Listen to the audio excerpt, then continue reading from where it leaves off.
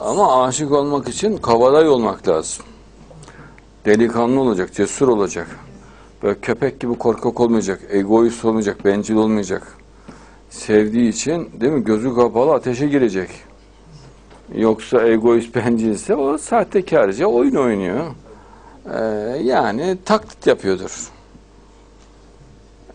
Yani bu şarkıda anlatılan ruh güzel ama bunun oluşması için bir kere Allah'a tam teslim olması gerekir. Allah'tan korkması lazım.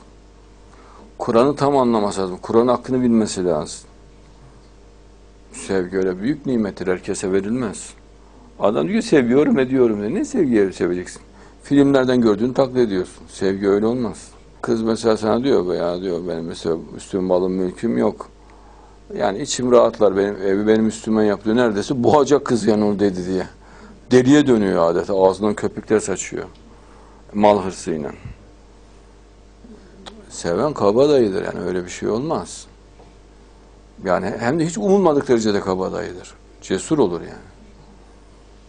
El kadar çocuğu sen değil mi? Çıkarın için harcıyorsan, maddi menfaatlerin için harcıyorsan aşağılık adamsın, basit adamsın demektir.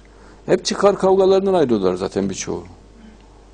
Muhasebeye dayalı oluyor.